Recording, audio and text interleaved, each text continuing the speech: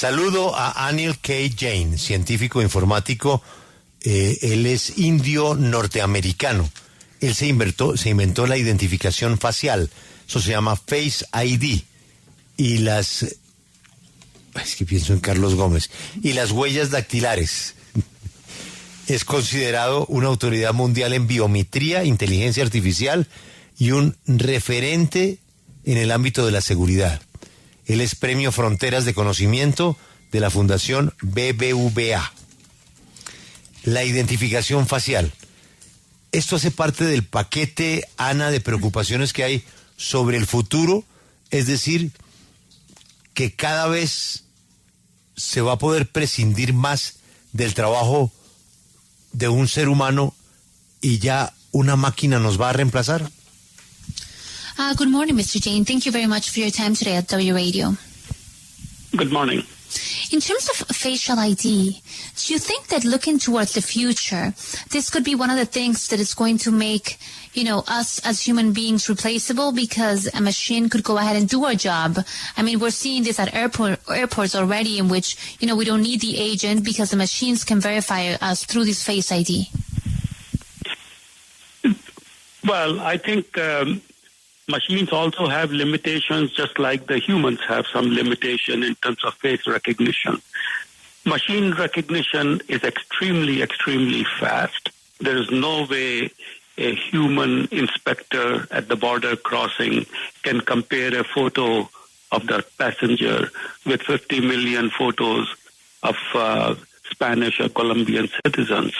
So the advantage machine offers is speed, but there are situations where machine may not be able to recognize people based on the face information when the face image quality is poor.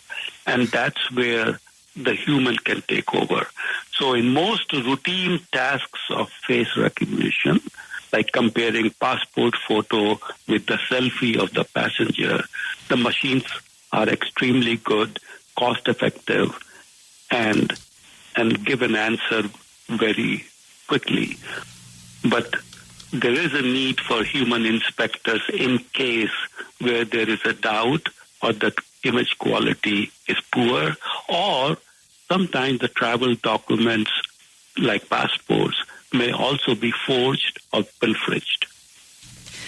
¿Cree que las máquinas tienen sus limitaciones así como los humanos los tienen en cuanto al reconocimiento facial? Nos dice que la ventaja de la máquina es que es mucho más rápida en el sentido de reconocer y comparar esas fotos de los pasajeros con la persona. Nos dice que no hay un inspector humano que pueda hacerlo a tal velocidad y no puede reconocer en una frontera un ciudadano colombiano o español a la velocidad que lo hace una máquina. Esa es la ventaja que tiene por la velocidad en que lo hace, pero hay situaciones en las cuales la máquina no puede reconocer la cara por la calidad de la imagen, por ejemplo. Entonces no hay información suficiente para que la máquina lo haga y ahí es cuando el humano puede tomar ese rol y hacerlo. Así que son complementarios. Nos dice que en estas labores de rutina, en una frontera, por ejemplo, en un aeropuerto, se puede usar la máquina para comparar la foto del pasaporte o una selfie del pasajero, que la máquina aquí podría ser muy efectiva, pero nos dice que además de esta respuesta rápida hay una necesidad del humano y de esos inspectores humanos por si hay alguna duda en la imagen en cuanto a la calidad de la fotografía, porque podría ser muy pobre y ahí es cuando el complemento entre ambos es tan importante. ¿Cómo hacer que estos avances en reconocimiento facial no se conviertan en una herramienta de represión, sobre todo en países en donde, por ejemplo, se esté viviendo una dictadura? How can we make sure that this facial ID technology does not become a tool for places in which people encounter repression, like dictatorships? Well, so there are two questions. One is technology, face recognition technology, and number two is deployment and the customer or the user privacy. And there's sort of two separate issues here. In most of the countries, with the democratic form of the government, we do have regulations, just like in the European Union, we have regulations for the data privacy, which includes biometrics, as well as some other national ID number, your health information. That's privileged information, and that is protected. But there are some countries where the face recognition can be misused or not used for the purpose it is meant, namely user convenience, security, border crossing, and so on. And it is very difficult for us to tell another country what to do with the face recognition technology. So it is difficult to answer your question because we in the Western societies are used to certain form of government where the data privacy and rights of the citizens are maintained, but there are, as you rightly said, authoritarian governments where technology cannot be used. So one way to control that perhaps is to educate people, is to make sure that some high technology software and hardware are not provided to such countries who do not follow the citizens' concerns about their privacy. Pues nos responde que son asuntos separados. Nos puede decir que hay dos elementos en esta pregunta. Uno de ellos es la tecnología alrededor del reconocimiento facial y el otro el uso de la privacidad, porque nos dice que la mayoría de países, sobre todo países democráticos, tienen regulaciones. En la Unión Europea, por ejemplo, se respetan estos datos y la privacidad de la biometría, incluye también el número de identificación, la información de salud, toda esa información protegida y privilegiada que pues gobiernos democráticos respetan, pero nos dices que hay países, como bien se planteaba en la pregunta, que pueden ser autoritarios, que no usan esta tecnología con el propósito que se ha creado, que es básicamente la seguridad y el cruce de la frontera. Nos dice que es muy difícil para ellos poder decirle a los países o a cada país qué hacer con esta tecnología del reconocimiento facial, y es difícil por eso también contestar la pregunta, porque en la sociedad occidental estamos acostumbrados a que se respete esa privacidad de los derechos en los gobiernos, pero por supuesto que hay excepciones y gobiernos autoritarios y antidemocráticos que utilizan esta tecnología de manera errada. Así que una manera para él de controlar eso es educando a la gente y asegurarse que esta tecnología, esta alta tecnología de hardware, de software, no se le proporcione a los países que no cumplan con los estándares democráticos. En sus estudios demostró que aunque las huellas dactilares son únicas, la presión contra el vidrio puede deformarlas y hacer que dos huellas se parezcan entre sí. Así que a mí me gustaría preguntarle qué avances se han hecho para evitar este tipo de confusiones. In terms of your discovery, I believe at some point you discovered that fingerprints with some sort of technology could be camouflaged to be changed. Can you share with us a bit more about this reality about fingerprints? Yes. So whenever we talk about fingerprint or face recognition, we compare two images: a reference image, which is stored in a database or is stored on your mobile phone.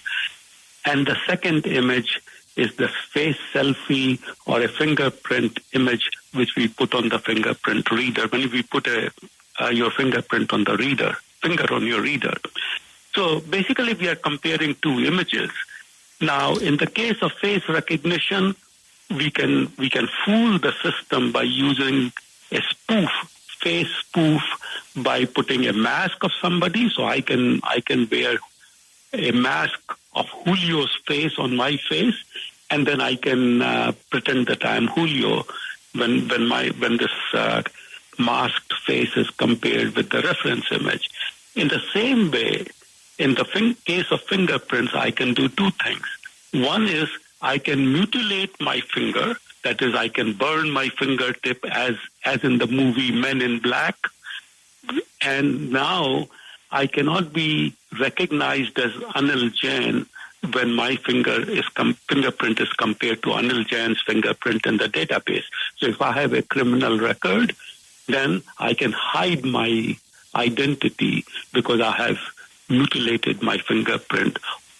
The second thing I can do is I can use Julio's fingerprint. I can make a copy of Julio's fingerprint and put it on my fingertip.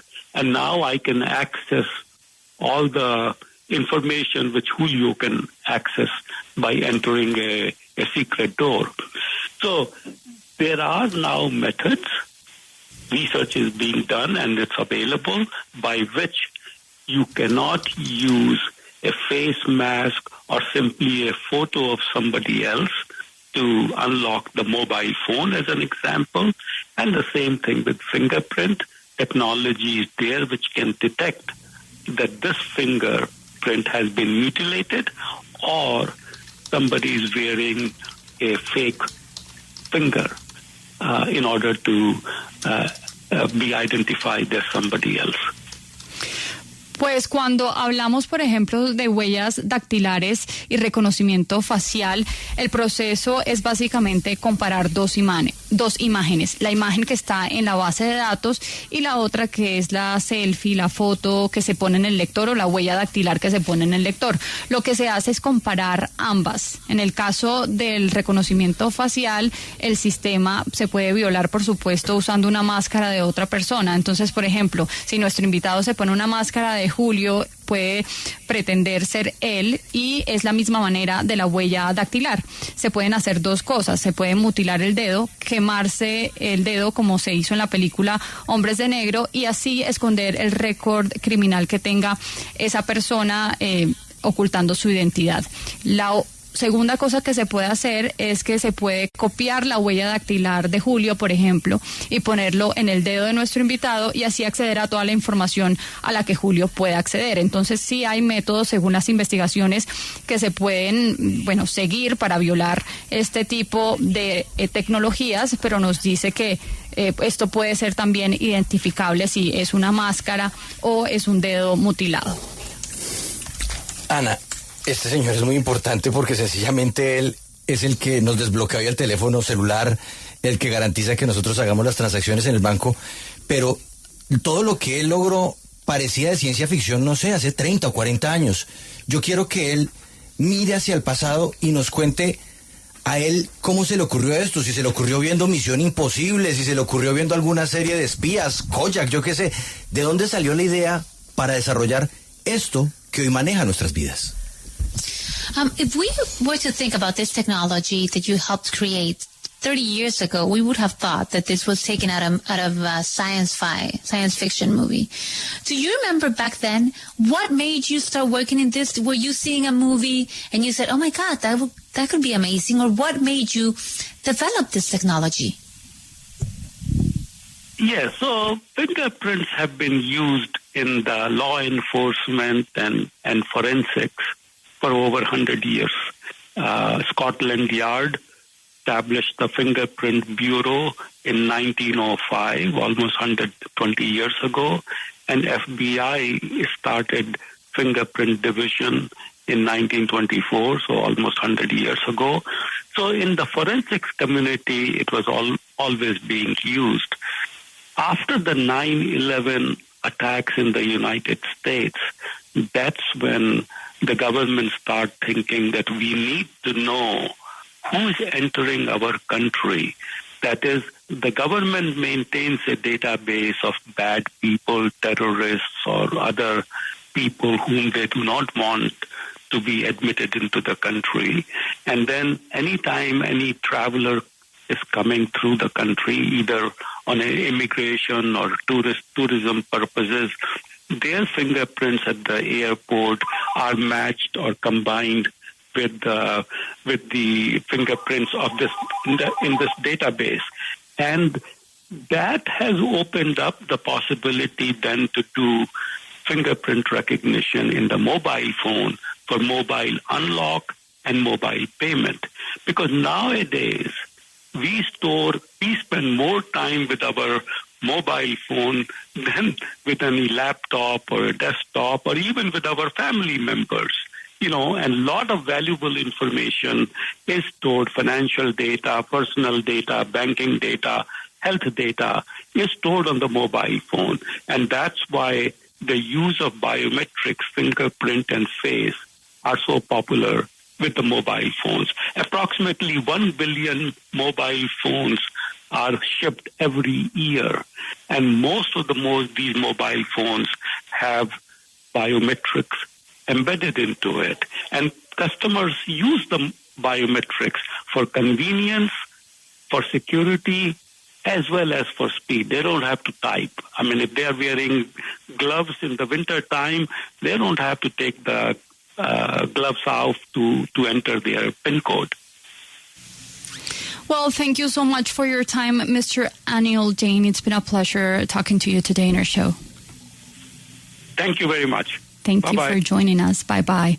Pues nos dice que esto de las huellas dactilares se ha usado en la comunidad forense desde siempre. Ya lleva más de 100 años usado en Scotland Yard, por ejemplo, cuando surgió en 1905, y nos dice que ya lleva muchos años en el radar. Pero después de los ataques del 9/11 es cuando el gobierno pensó que querían saber quién entraba al país, que el gobierno tenía que tener esta base de datos de personas malas o con comportamientos negativos para que no fueran admitidos dentro del país, y cualquier viajero que entrara a ese lugar pues fuera reconocido por inmigración, se compararan los datos de la base de datos con la imagen de la persona que llegara, tanto de su huella dactilar como de su rostro.